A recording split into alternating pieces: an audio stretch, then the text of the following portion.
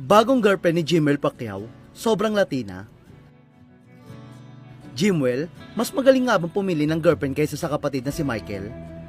Agaw atensyon ngayon sa social media ang bagong girlfriend ng panganay na anak ni na Jinky at Manny Pacquiao na si Jimwell.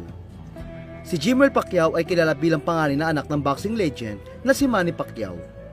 Sa kabila ng kasikatan ng kanyang ama, pinili ni Jimwell na tahakin ang sariling landas sa mundo ng boxing.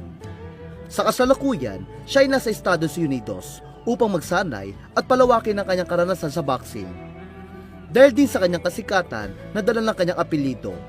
Hindi maiwasan ng publiko na subaybayan ang kanyang buhay, lalo na pagdating sa kanyang love life.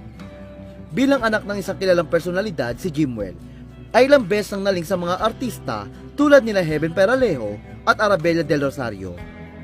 Ngunit ngayon, tila mas pinili niyang magkaroon ng relasyon sa isang non-showbiz sa foreigner na sobrang Latina o ganda.